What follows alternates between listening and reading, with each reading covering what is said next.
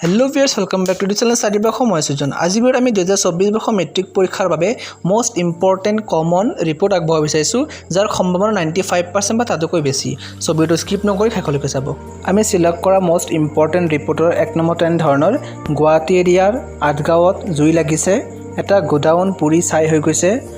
অগ্নি নিৰ্বাপক বাহিনী আৰু স্থানীয় মানুহে মিলি জুই নিৰ্বাপন কৰিছে কেইবা লাখ টকাৰ সামগ্ৰী পুৰি ছাই হৈ গৈছে এইকেইটা তথ্যৰ ভিত্তিত এখন ৰিপৰ্ট বনাব লাগে আমি সিলেক্ট কৰা মোস্ট ইম্পৰ্টেন্ট দ্বিতীয় ৰিপৰ্টটো এন ধৰণৰ যে গুৱাহাটী এৰিয়াত গ্ৰন্থমেলা আৰম্ভ হৈছে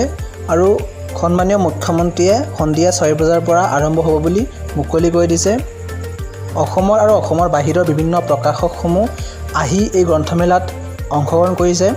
এই গ্ৰন্থমেলা 10 দিন পৰ্যন্ত চলিব আৰু বৃহৎ গ্যাদাৰিং হ'ব বুলি আশা কৰা হৈছে এই তথ্যৰ ভিত্তিত এখন ৰিপৰ্ট বনাব লাগে আমি মোস্ট ইম্পৰ্টেন্ট বুলি সিলেক্ট কৰা থাৰ্ড নম্বৰ ৰিপৰ্টটো এন ধৰণৰ যে গুৱাহাটী এৰিয়া এটা স্কুলত বাৰ্ষিক বঁটা বিতৰণী সভা আৰু বিদ্যালয়খনত উৎসৱমুখৰ পৰিৱেশ শিক্ষামন্ত্ৰী ডাঙৰীয়া এই সভাৰ মুখ্য অতিথি এই সভাত বঁটাৰ লগতে অনুপ্ৰেৰণামূলক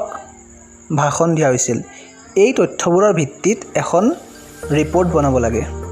আমি সিলেক্ট কৰা মোস্ট ইম্পৰ্টেন্ট 4 নম্বৰ ৰিপৰ্টটো এন ধৰণৰ যে ব্ৰহ্মপুত্ৰৰ মাথাউৰি ছিগিছে অৰুণাচল পাহাৰৰ পৰা অহা বানপানীৰ পানীয়ে বিল উপচাই পেলাই বানপানীৰ সৃষ্টি হৈছে আৰু বৃহৎ অঞ্চল মানে বানপানী ক্ষতিগ্ৰস্ত হোৱাৰ লগতে গাঁও আৰু ধাননি পথাৰ বেয়াকৈ ক্ষতিগ্ৰস্ত হৈছে চৰকাৰী সাহায্য যথেষ্ট নহয় তাৰ কাৰণে বিভিন্ন এনজিঅ'বোৰ আহি সহায়ৰ হাত আগবঢ়াইছে এই তথ্যৰ ওপৰত ভিত্তি কৰি এখন ৰিপৰ্ট বনাব লাগে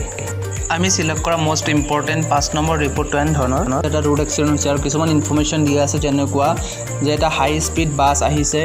আৰু সিহঁতে মানে এক্সিডেণ্টটো ৰখাবলৈ জোৰকৈ ব্ৰেক মাৰিছে আৰু গছত খুন্দা মাৰিছে তাত 3 জন মানুহ ইনজিউৰ্ড হৈছে আৰু হস্পিটেলাইজ কৰা হৈছে সো ইয়াৰ ওপৰত ভিত্তি কৰি এখন ৰিপৰ্ট বনাব লাগে